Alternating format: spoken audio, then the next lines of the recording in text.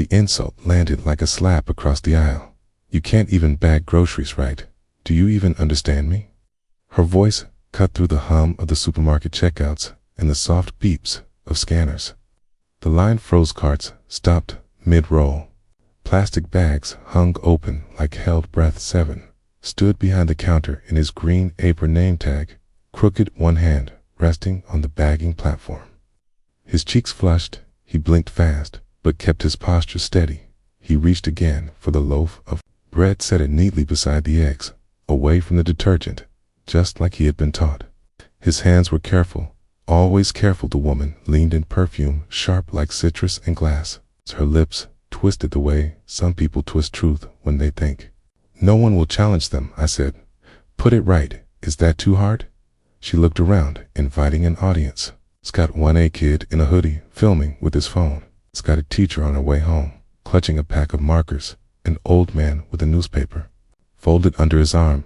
Even the store manager, halfway across the tiles, stopped and lifted his head like he had heard thunder in a blue sky van. Did not look at her. He looked at the groceries. He moved the bread again a little farther from the eggs.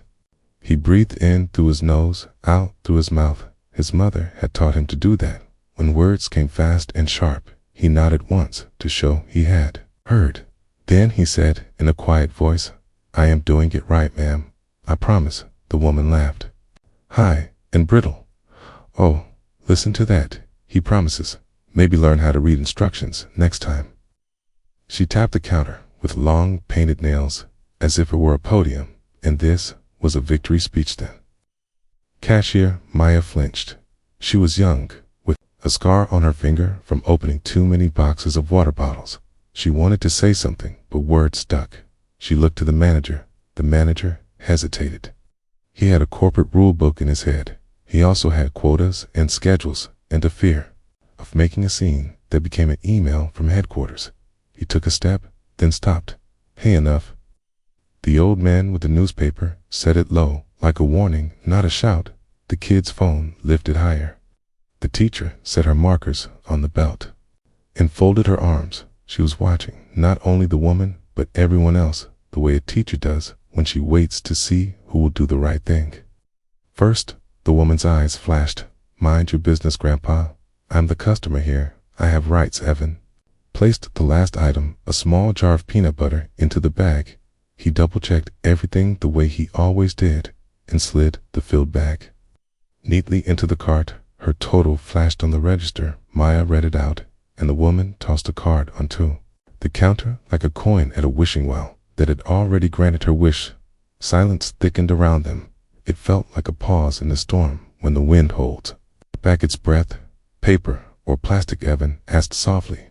The woman rolled her eyes. "Plastic. Obviously, if you knew anything, you would know that paper breaks." Evan pulled a plastic bag free. It opened with a whisper. He swallowed.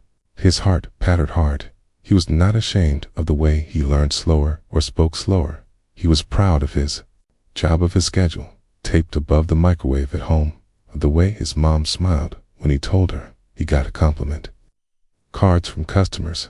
But right now, the pride felt small and far away, like a light behind fog. "Ma'am." Maya tried again. "We're almost done. If you could please keep your voice down." "What are you, his babysitter?" the woman snapped. "He's messing up, and you all pretend it's fine because we can't say anything anymore." She turned to the line, seeking approval. "Everyone's thinking it. I'm the only one saying it." One backed her.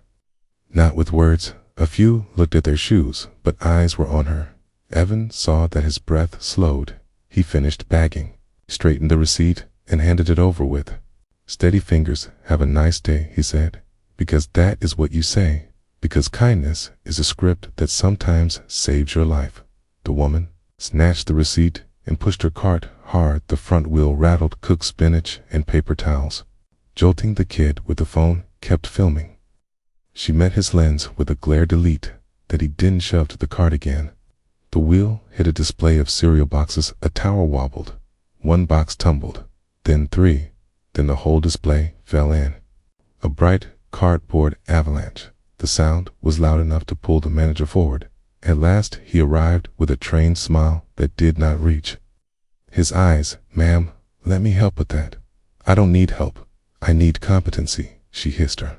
Hill slipped on a rolling box. She grabbed the cart to keep from falling, and the handle bent with a metallic squill. The kid's camera caught everything.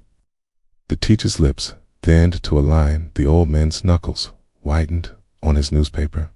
But he said nothing more, not yet tanned. Then something no one expected happened. A small boy stepped out from the next lane, dragging a backpack with dinosaur patches. He was about 7. He walked straight to Evan and stood so close their sleeves almost touched. "My mom says you always put the bread on top," he said, bright and certain. "She says you're the best bagger here." Evan looked down into honest eyes. The room softened by a hair. He nodded. "Thank you." The woman let out a sound. Between a laugh and a choke, "Please, you people are unbelievable." "Excuse me, ma'am," came a new voice, firm and calm. It did not belong to the manager, to Maya. To the old man, it came from behind the service counter, where a bulletin board held smiling faces and certificates. A middle-aged woman in a navy blazer stepped out. She wore an ID badge that did not look like store issue. She had the watchful expression of someone who counted variables faster than anyone in the room. "Lena from headquarters," she said. "I was meeting with the store manager. I heard everything." The manager swallowed hard. The kid's phone trembled with excitement. The teacher exhaled like she had been holding her breath for Evelina's gaze. Went to Evan first. "Are you okay?" Evan nodded. "I'm okay." She turned to the woman. "We value every customer, but we protect every employee. Do you understand?" "Oh, please spare me the corporate talk," the woman said. "Your employee is incompetent, and you people are afraid of the truth." Lena's calm did not crack. "Your total is paid. Your items are bagged. You are free to go. If you continue to harass our staff, we will ask you to leave without further service, and we will issue a formal trespass notice. If you touch any of my employees, I will call the police." The old man's newspaper relaxed by an inch. The teacher's shoulders dropped. The kid whispered "whoa" under his breath. The woman's face hardened. "You're all going to regret this. You don't know who I am, huh?" New sound cut through her threat. Chime from the store speakers, followed by a voice from the front door security station. "Lena, can you come to the entrance? Someone asked for you specifically." Lena lifted an eyebrow. "I'll be right there." She looked at Evan. "Break room. Water, take 5. Okay." Evan nodded again and stepped away. His hand shook, once hidden, now visible. The boy with the dinosaur backpack gave him a little thumbs up. Evan managed a small smile back and disappeared behind the swinging door to the employee hallway. The aisle began to move again. The line inched. The old man placed his newspaper on the belt and said to Maya, "2 lotto tickets, to please." His voice was gentle. Now the teacher paid for her markers. The kid pocketed his phone, but not before saving the video. Woman stayed rooted, as if daring the room to push her out. Then she lifted her cart and started for the exit, chin high, spine stiff.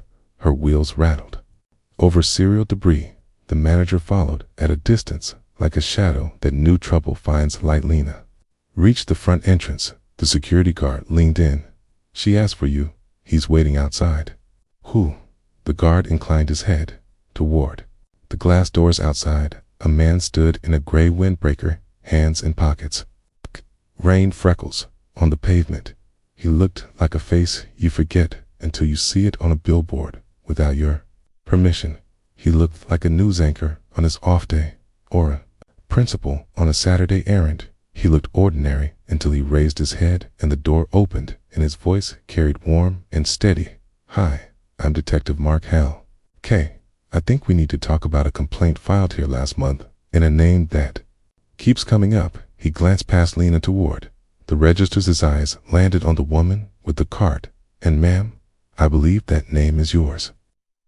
The cartwheels stopped. The manager stopped. The kid with the phone froze mid-step. Evan in the hallway held a paper cup of water that trembled. Detective Hell reached into his pocket and pulled out a small Ziploc bag with a crumpled paper inside. A stain, the color of rust, spread across it like dried thunder.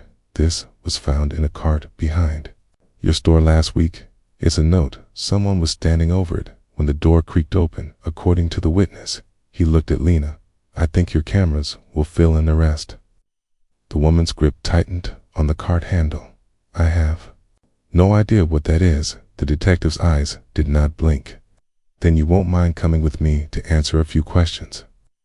And from the back hallway, a new voice rang out, clear as a bell. Evan's voice, strong in a way no one had heard all day. I remember her. The store went quiet again, like the moment before a storm breaks. Store's lights flickered faintly as the detective's words sank into the room. The woman's hand clutched her cart like a weapon, her eyes darting between the officer and the crowd.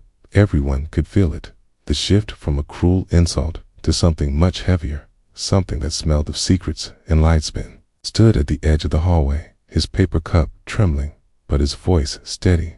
I remember her. His words carried more weight than anyone expected. Customers who had been frozen in place turned their heads toward him. Some faces softened in silent support, some hardened with suspicion, but all eyes stayed on him. Detective Hell stepped forward. Evan, can you tell me what you mean? His voice was measured, gentle, the way you speak when you don't want a fragile truth to break before it's spoken. Evan's throat worked. He set the paper cup on a shelf and wiped his palms on his apron. Last week, I was bagging groceries. Late shift. The store was quiet. I saw her. She argued with the cashier, then left fast. She left a cart outside by the loading dock. I went to bring it in. There was paper inside, folded and wet from rain, with red on it. His eyes flickered to the bag in Hale's hand. That paper. The woman shook her head, sharp like cutting glass. He's lying. He doesn't know what he saw. He's confused. Evan didn't look away. I know what I saw. The teacher in line spoke up, her voice steady. I was here last week too. I remember him telling another worker there was something strange in that cart. He was shaken. Then the manager brushed it off. Her words cut deeper than any blade, because they confirmed what Evan said. The manager's face drained. He stammered, I thought it was nothing, a prank. Detective Hale's gaze pinned him, but returned quickly to the woman. Ma'am, will you come with me quietly, or do I need to make this more formal? She laughed, the laugh of someone cornered. This is ridiculous. You think a janitor and a school teacher make evidence? You think a piece of paper makes guilt? But even as she barked the words, her knuckles whitened, her mask cracked. The crowd saw it. The boy with the dinosaur backpack saw it. His small voice broke the silence again. You were mean to him. You shouldn't be here. Lena from headquarters turned to the detective. Take her to the office. We'll review all the cameras. The woman tried to push past, but the guard blocked her. She hissed like a cornered animal. You'll regret this, all of you. I know people, but the detective's hand closed on her arm. Firm, steady, not cruel, but final. He guided her away, toward the office door that clicked shut behind them. The store exhaled. The customers murmured. The tension loosened, but only a little. Maya hurried to Evan. Are you okay? Evan nodded, slow. His eyes were wide, not from fear, but from the weight of being believed for the first time in days. I'm okay, he said again, though his hand shook. He looked down at the boy. Thank you. The teacher touched his arm. You did the right thing yet. Even as comfort wrapped around him, Evan felt a hollow place deep inside. He had carried that memory all week. The note, the sting, the feeling of danger. He had almost convinced himself it didn't matter, but now the truth sat heavy. What had been on that paper? Why was she so desperate to hide it? Towers. Later, after the store emptied, Lena called Evan into the office. Detective Hale sat across the desk. He laid the bag down carefully. The note said only a few words. Evan, do you want to hear them? Evan nodded. Hale's voice was steady but grim. It said she knows and nothing else. The stain tested as blood, not fresh, but real. We're still working on where it came from. The room chilled. Lena rubbed her arms. Someone planted that. Someone wanted fear. Hale looked at Evan. Are you sure it was her? Yes, Evan said firmly. I remember her voice. It was the same voice that shouted at me today. Hale leaned back. Think this goes deeper than an insult. This connects to something else. He paused, his eyes narrowing. Tell me, Evan, when she yelled at you today, what did you feel? Did it feel like she was just angry at groceries? Or was there more? Evan thought of her eyes, cold, hard, like metal doors slamming. It felt like she was hiding something. She wanted me to mess up so people would laugh at me, not her. She wanted noise so no one would look at her. Helena's jaw tightened to distraction. She whispered, she made a scene to keep us blind to something else. Hale's nod was slow, deliberate. Exactly. That night, Evan sat in his small kitchen with his mother. She poured tea into 2 chipped cups. She listened to him retell the story, every detail. She stroked his hand. You did brave. Today, you spoke the truth when others stayed quiet. Shh. He tried to smile, but his chest was heavy. Why would she write that note? Why would she hurt me in front of everyone? Shh. His mother's voice was gentle, but fierce, because people who are afraid lash out at those they think are weaker. But you are not weak. You are stronger than she will ever know. He went to bed with those words, but sleep did not come easily. He kept seeing her eyes, hearing her voice, and reading the words in his head. She knows, somewhere in the dark corners of the town, secrets were twisting awake, and Evan was not just a witness anymore. He was a piece of the puzzle. And outside, under the thin light of a street lamp, the woman sat in the back of a police car, teeth clenched, heart racing. She whispered to herself words no one else could hear. If she talks, I'm finished. The driver shut the door. The car rolled forward. The mystery was only beginning, and the storm it promised would reach far beyond. A supermarket. The news broke faster than wildfire. By the next morning, clips from the supermarket flooded social media. One showed the woman sneering at Evan, another caught the cereal display toppling another, froze on the detective holding up the blood-stained note. Every angle, every gasp, captured and shared. Millions watched, millions judged them. Comments came like stones. Some called her cruel, heartless. Others called her dangerous. Hashtags spread. Evan's name trended beside hers. But while Evan's side of the story filled with warmth and support, hers brimmed with venom. First, she tried to fight back. She went on a local radio station, her voice dripping with practiced innocence. I was only asking for better service. I never meant to insult anyone. This is all blown out of proportion. But the host cut her off live. Ma'am, you didn't just ask for service. You mocked a man with Down syndrome on camera. The world saw it. Her silence in that moment sealed the truth. More than words could. Her friends began to vanish one by one. A coworker blocked her number. A cousin unfriended her online. Keith and her sister refused to answer calls at a family dinner. Her seat stayed empty, and the whispers around the table weren't about food, but about shame. Meanwhile, Evan's quiet dignity only grew stronger. He returned to work the next day, apron tied, neat hands, steady. Though the world now recognized his face, strangers came to the store, not for groceries, but to shake his hand. Parents brought children to meet the man who stood tall against cruelty. The teacher returned with flowers. The boy with the dinosaur backpack drew him another picture, this one of Evan standing strong, while others clapped chit behind the applause. Shadows gathered. The detective's investigation. Deep in the note marked with blood was not dismissed. It tied into a missing persons case from weeks. For a young woman from the same neighborhood, gone without a trace. Hale's suspicion grew. Every path circled back to the woman who had spat insults in a grocery line late. One night, she sat alone in her kitchen, blinds drawn, phone buzzing with angry messages, her face pale in the glow of the screen. She whispered, "They don't know everything. They can't know." But deep inside, she felt the cracks widening, memories clawing back, secrets she had buried too deep for too long. The storm reached her workplace. Next, she walked into the office, only to find whispers cutting through cubicles. Her boss waiting, grim-faced.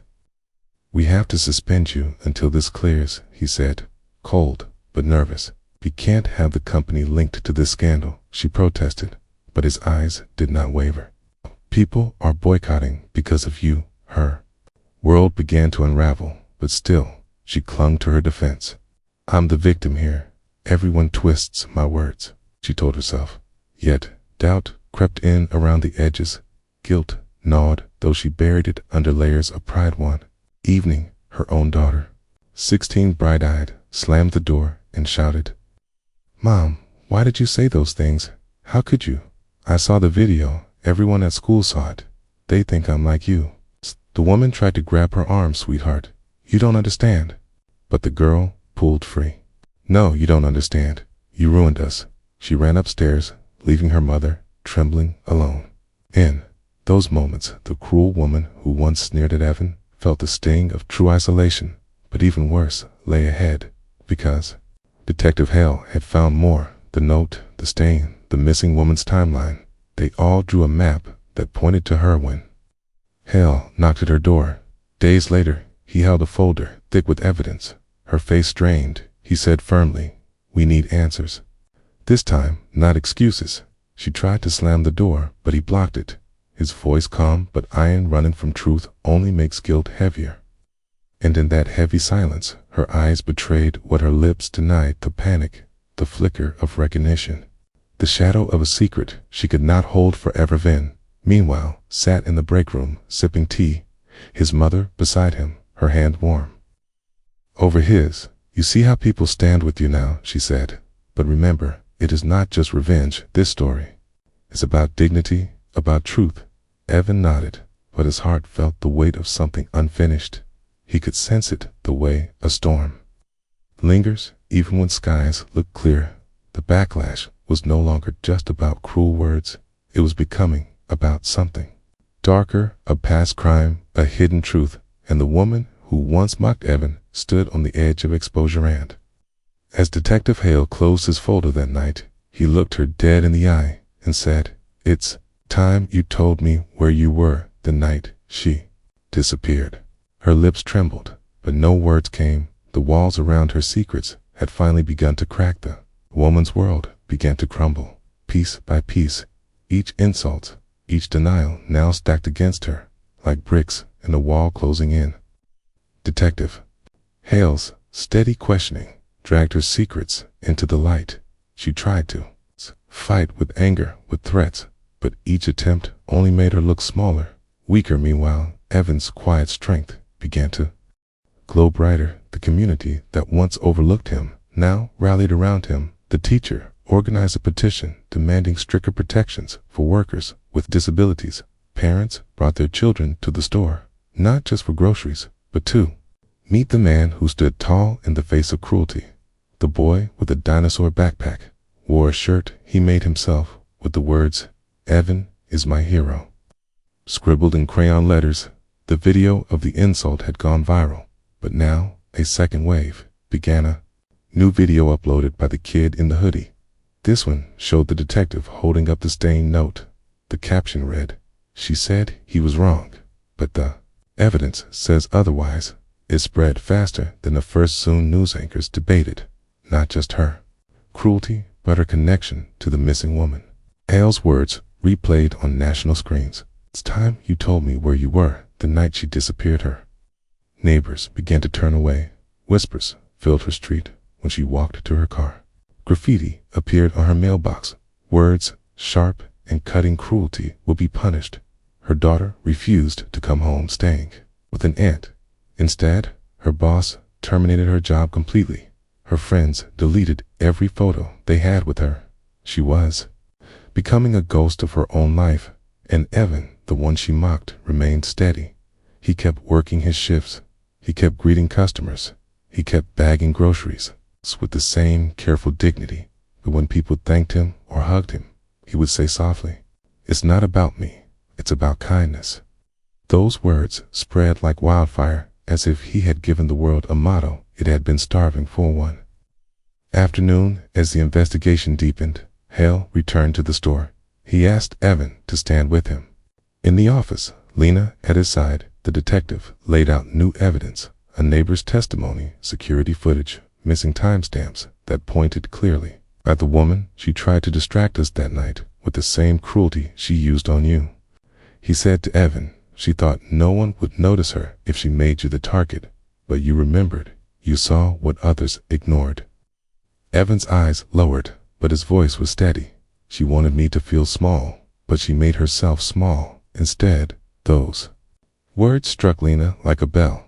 She repeated them later in a company meeting, and soon they spread beyond walls. Reporters quoted them, hashtags carried them. Evan's sentence became a banner. Cruelty makes a small kindness, makes a strong. The woman tried one last desperate move. She held a press conference outside her lawyer's office. She wore dark glasses and a forced smile. "This is all a misunderstanding," she said. "That boy misremembered. I am innocent." But even as she spoke, the crowd grew restless. They shouted back, "We saw the video. We saw the note. We saw you." Her mask cracked, sweat glistened, and when reporters pressed her about the missing woman, she stammered for the first time. She had no words. Hale watched from the sidelines, arms crossed. He knew the tide had turned, not because of the evidence alone, but because the people themselves no longer feared speaking the truth, the same truth Evan had spoken quietly in the supermarket aisle. The revenge came not in fists or fire, but in exposure. The world that once gave her the power to sneer now stripped it away. Every cruel word echoed back like a mirror. Her empire of arrogance shattered, but the climax was still to come, because Hale had found one last piece of evidence, something that tied her directly to the missing woman, and when he revealed it, the world would finally see the full truth of who she was. And as Evan left the store that night, the streetlights glowing above him, he felt a strange calm. The storm had raged around him, but he had walked through it with dignity. His revenge was not in cruelty, but in showing the world that kindness endures, even under attack. Yet deep down, he knew something darker still waited to be uncovered. The words of the note echoed again in his mind. She knows who was she, and what truth had been buried with that blood-stained paper.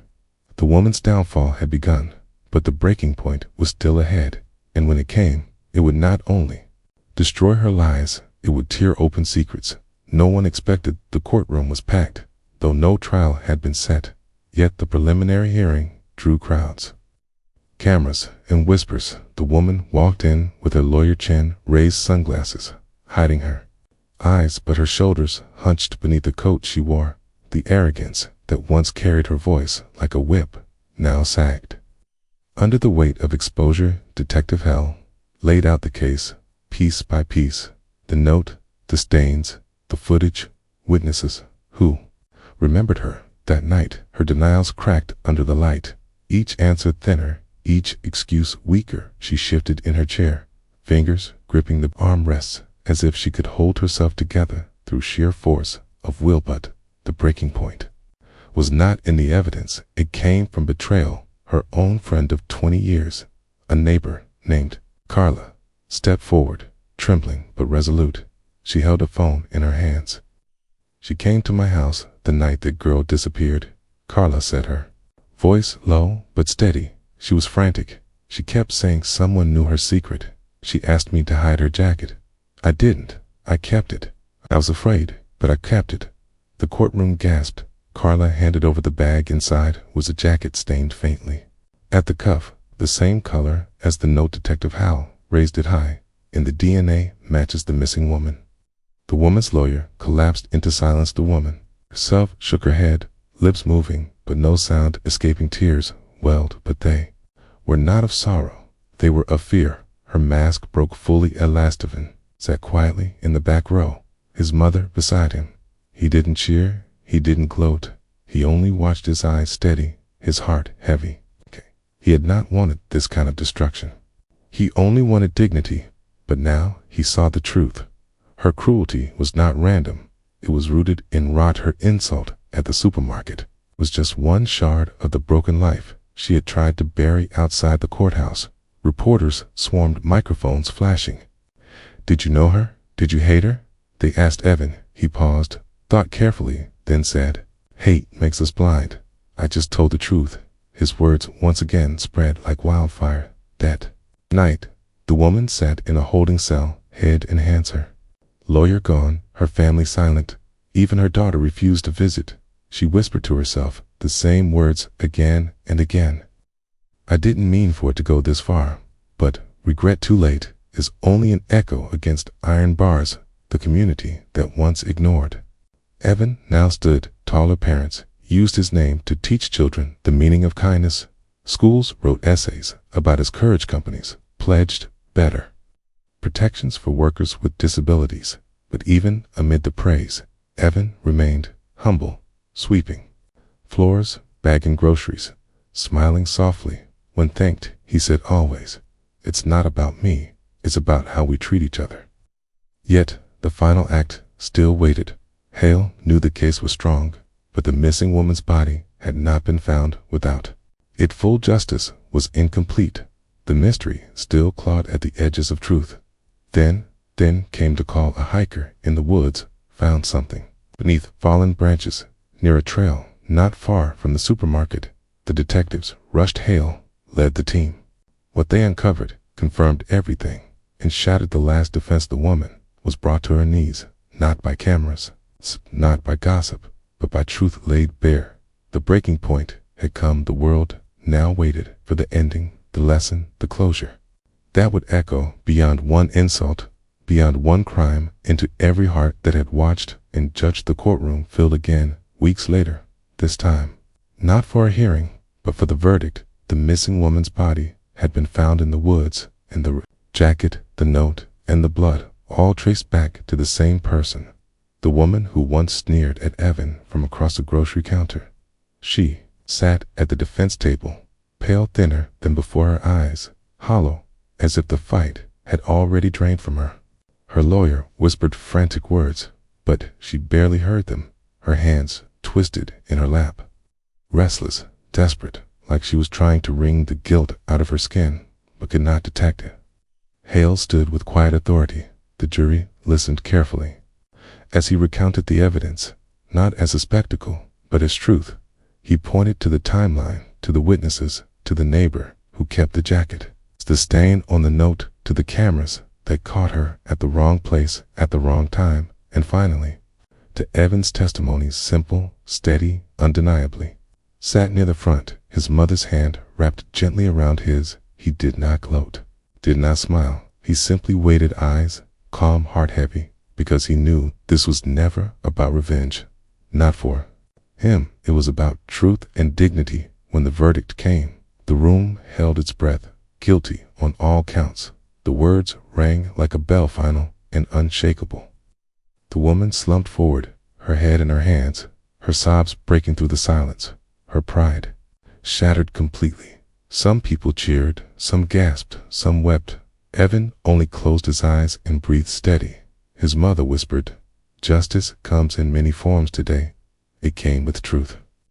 Outside, cameras flashed, reporters swarmed, but when they found Evan, they asked a question that burned in every headline. "Do you feel like you won?" He paused, searching for words, then spoke in his slow, gentle way. "It isn't about winning or losing. It's about how we choose to treat each other. Cruelty makes us small. Kindness makes us strong. She tried to make me small, but today showed the world she was the one who needed help." The clip of his words went viral again, not because of scandal, but because of their weight across the world. People repeated them on posters, on shirts, in classrooms. They became a lesson for children and a reminder for adults in the weeks that followed. Evan returned to the store. He bagged groceries, swept floors, greeted customers the way he always had. But now people stopped to thank him, not just for his service, but for his strength. Strangers brought cards, gifts, drawings. Children hugged him, teachers shook his hand, and parents whispered, "Thank you for showing my child what courage looks like." The supermarket built a new break room in his honor. A plaque hung on the wall with words engraved. Kindness makes us strong, dedicated to Evan, who reminded us what dignity means. He blushed when he saw it, but smiled too, 'cause it wasn't about fame, it was about change. The woman sat in a cell far away, her once sharp voice now silent. Her family moved on. Her name became a warning, more than a memory. People spoke of her, not with fear, but with pity. She became the example of how cruelty eats its own heart. Evan lived his life quietly, still working, still dreaming, still carrying the strength that others had once overlooked. He proved what his mother always told him, that being different was not being less, that kindness could cut sharper than cruelty, and that sometimes justice begins with the courage to say, "I remember." Hey. And for everyone who had watched the story unfold, there was a lesson carved deep like a scar, but also like a light. Sometimes the smallest voice in the room carries the greatest truth.